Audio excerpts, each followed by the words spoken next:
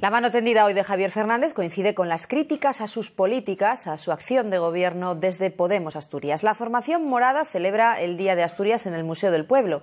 Líderes de ámbito nacional, como el portavoz de En Comú Podem, Xavi Domènech, o la secretaria general de Podemos en Euskadi, Nahua Alba, han participado esta mañana en los actos. Ambos coinciden con Daniel Ripa en que las políticas realizadas en nuestra región por Podemos son un ejemplo que debe ser exportado a otros puntos del territorio nacional.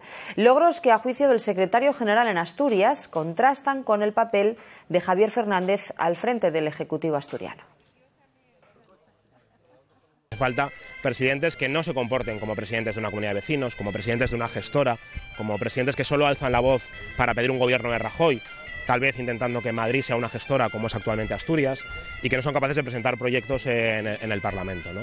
Para las clases populares catalanas, Asturias siempre ha sido un referente absolutamente clave, y esa luz que siempre hubo en Asturias esperamos poderla esa lumbre, esperamos poderla reiniciar también hoy aquí. Son un ejemplo para esta nueva etapa que se va a abrir en Euskadi. Son un ejemplo porque han demostrado cómo desde un Parlamento se puede priorizar las necesidades y los problemas de la ciudadanía.